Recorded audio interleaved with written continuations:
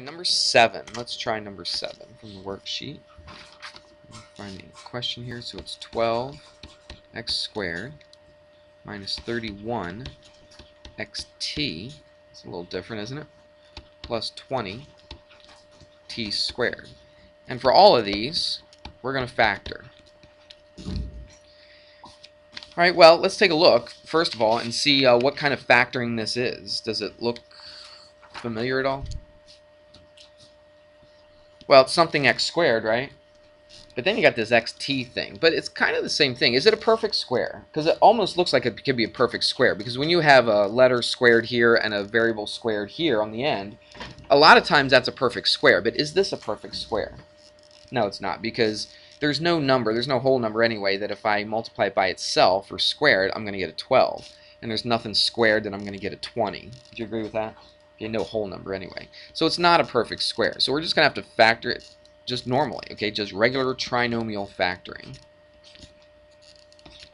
So what has to happen? The first has to multiply to be 12x squared, and the last, this one and this one, has to multiply to be a 20t squared. See that? So I've got several options here, don't I, with 12. This may take a while if you don't pick the right numbers. All right, so you've got what? 12 and 1, 6 and 2, 3 and 4, right? Everybody see that?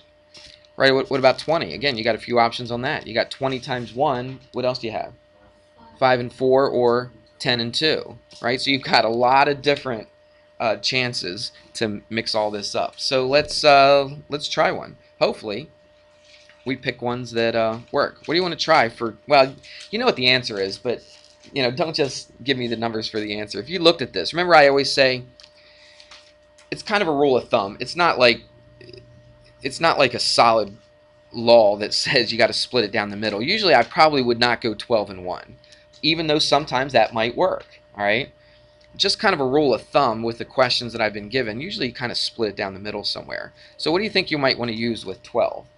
12 and 1, 6 and 2, 3 and 4. Which one? Yeah, let's try 3 and 4, okay? And let's just go 3x and 4x. Let's see what that does. Okay? What about the signs? Should have done that first. These need the last ones have to multiply to be positive, but the outside and inside have to add up to be negative. So what's my signs going to be? They have to multiply to be positive, so they're either both positive or they're both negative. Homeroom 11C, what do you think? Mrs. Norris. Negative, right. They're going to both be negative. Report for pictures. Okay? So they're going to be both negative because they have to multiply to be positive and they have to add up to be negative. Everybody follow me on that? Okay. Now we got some choices with 20. What do you want to try? 21, 10, 2, 5, 4. 5. All right, let's try 5, 4. But it's not just going to be a 5 and a 4. What is it? It's going to be a 5t and a 4t. So this gives us a good starting point. Let's see if we got it right. So we already figured out that the first is going to work and the last is going to work. It's that outside and inside that I want to check. So let's multiply the outside. Did we get this right away? We sure did, didn't we? No. No, we didn't. Negative 20, negative... Oh, 12, right. No, we didn't. So we might have to mix things around. But let's try it. Watch. The outside is what? Negative 12xt, right? And the inside is minus 20xt. What does that give you? Negative 30 what? 2xt. Man, that was close, wasn't it? Okay. So let's try something else. Let's switch some things around. That's the first thing I would do. Before I start putting other numbers in there, I'll just switch some of these numbers around a little bit. So what do you want to switch around? Maybe the 5 and the 4? Okay, so let's make that a 4 and let's make that a 5. Let's see if that works. Make that a 4, make that a 5. Let's see if that works. So 3x negative 5t is negative 15xt. Then inside is what? Negative 16xt. Ah, there you go. All right, so we kind of got lucky on that one, didn't we? Negative 31xt. That's the middle one. Now it's factored. Okay? Now this had the possibility of you trying like 5, 6, 7 different things to see what works. Would you agree with that? It's just a matter of how lucky you get, tell you the truth, on which numbers you pick at first. Because sometimes you might get it right away or the first 2 or 3 times. Sometimes if you're picking the wrong numbers, you might try things over and over again. All right, so you just have to be fortunate, I guess, that you can do it quick. All right, so that would be your answer right there. Let's go to 14. 4k cubed m plus 28 k squared m squared plus 49 k m cubed. Alright. First thing I always do when I do stuff like this is to see if there's anything in common, if there's a greatest common factor. Alright, I should have looked at that first because I said, well, is it a perfect square? I should have looked at this first and said, is there a greatest common factor? Well, there's not. Alright, but I should always look for that right off the bat. What about this one? Is there anything in common with all three of these? Well, let's look at the numbers first. I got a 4, a 28, and a 49. Is there anything that divides evenly into those three numbers? No. At first you might think, oh, 2 goes into both of these, or even 4, right? But it doesn't. 2 doesn't go into 49, so 4 doesn't go into 49. So as far as the regular numbers, the coefficients, no, nothing divides into it evenly. What about the letters, though? I got a k cubed, k squared, and a k. Is there anything that's in common with all of those? A k, so we factor out a k. Always look for that, all right? What about the other letter, m? M squared, m cubed. Yep, there's an m in common with everything. So I'm going to factor out a km and find out what's left over. So remember, when I factor it out, it's really division. It's this divided by km. It's kind of like the backwards of distributing, isn't it? So we divide this by this, and that just gives us 4k squared plus 28. K squared divided by k is k, and then m squared divided by m is m, plus 49. The k cancels out. The m squared, or m cubed divided by m, is m squared. Okay, so there you go. You did the first part. Now you did a little factoring, but it's not factored completely. We need to factor it as much as you could possibly factor it. So technically this is factored. It's something times something else, but it's not completely factored, because if you recognize this thing right here is something that you can simplify, and you can factor into a little easier form. Look at it. Is it just a regular normal trinomial like that other problem we just did? It's actually kind of special, because look at this. Remember before I said let's see if it's a perfect square? Let's see if this is a perfect square. Is there something that's being squared to give you 4k squared? Yes, 2k. What about this? Is there something being squared to give you that? 7m. Now here's the trick. What about the middle, though? Okay, because sometimes you can square something here, but it's still not a perfect square. All right, what about the middle? What do? We take the square root of this, which is 2, take the square root of this, which is 7, right? You multiply them together, right, which is what? 14, and what do you have to do to it? Well, you could add it to itself, or just double it, right? And it's what? 28, which is that number right there. That's your test to see if it's an actual perfect square. If you do that, and it's a perfect square, then it makes it really pretty simple. So I just put km. Since I know it's a perfect square, I can just put one parentheses with a square right here. We already figured out what our end terms are, didn't we? Because what's the square root of this? It's just 2k. Always look to this sign right here to see what your sign for the perfect square is going to be. Because this one's always going to be positive, all right, on a perfect square. It's this one that could change. So if that's positive, that's positive. And then we take the square root of that, which is 7m, and that's it. It's now factored. So it wasn't hard to do, but it was important that you recognize that it was a perfect square. If you recognize that this was a perfect square, then it was actually pretty easy, all right? But the work involved, I guess, is just recognizing that, yeah, that is a perfect square. So I can write it like this. Make sure you always look to see if there's a greatest common factor. Always do that first. In fact, I took a peek at the quiz this morning before you guys came in, and there's at least one problem on there where you have, it looks like a regular old factoring problem, but you've got to factor out a greatest common factor first, okay? So do that first, and then it should make things a little bit easier for you, all right? So that was 14. So 18 and 19. All right, so let's try 18. Write that down. 36 z to the 8th plus 96 z to the 5th plus 64. And look at that. Just as I said, look to see if there's a greatest common factor. 4. That's what we're going to have to do here, right? And is there anything in common? Tiffany, what'd you say? 4. 4? Is that the because- largest number that goes into both of those? Because 4 goes into 36 9 times. 24. Yep.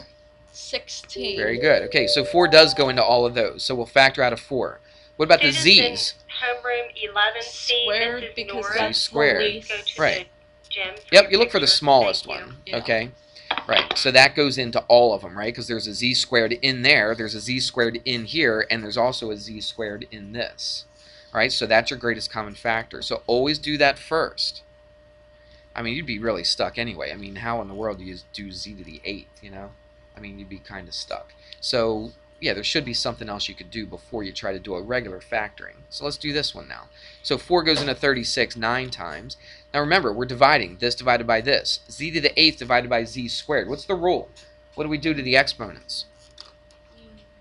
Subtract. That's right. Subtract the exponents. So 8 minus 2 is 6. So it's z to the 6th. Even though that's a division problem, you subtract the exponents, okay? 96 divided by 4, Tiffany, what did you say that was? 24? 24. Okay, and then z to the 5th divided by z squared is z cubed, because you subtract the exponents. Plus 64 divided by 4 is 16. Z squared divided by z squared is just 1, isn't it? So I don't need a z there. So this is what I'm going to try to factor now. And you think, well, wait a minute, that's no easier than what I started with. But it actually is, if you got to recognize something, though. All right? This is not just a normal trinomial factoring, but we can actually turn it into a normal trinomial factoring. All right? It would be nice if this was what? 9x Z what? Squared. Yeah, if it was 9 something squared. Let's say x, okay? 9x squared plus 24 what? X. So can we make it 9x squared, 24x? We can if we do a little substitution, right? So if we let x equal what? Not just z, Z cubed. z cubed, okay? Because I want this just to be a regular x, okay? And I want this to be just a regular x squared. So if I let z cubed equal x, or if I let x equal z cubed, then this thing looks a little bit nicer to factor, okay? It's something that I'm more used to, right? It's one of those regular, if you want to call it, trinomial factorings. So watch what we get here. Keep that there. Don't forget about that. What are we going to do? We're going to replace this with what? An x. Now look at this.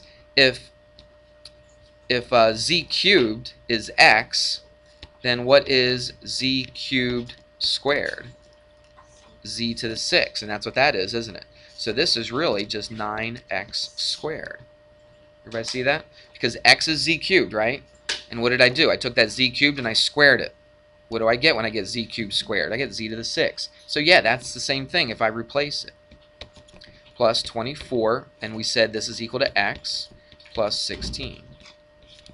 Now this looks a lot nicer, doesn't it, than what this looked right here? So I can factor this. I'm used to that, right? I'm used to the squared and the x and the constant, so I can do that.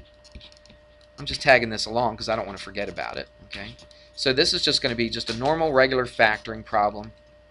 And this is what, 18? Oh, this is even better than a normal factoring problem. I almost didn't see that. What is this? Perfect square. It's a perfect square, isn't it? I should have seen it. I didn't see it right away. Okay, then I noticed it. Watch. So this is a perfect square because if I take the square root of that, that's 3. Square root of that is 4. 3 times 4 is 12. Double it, and it's 24. Yep, it's a perfect square. So that works out pretty nice. So what are we going to get here? This is going to be a 3x. That's going to be a plus because of that sign right there, and that's going to be a 4.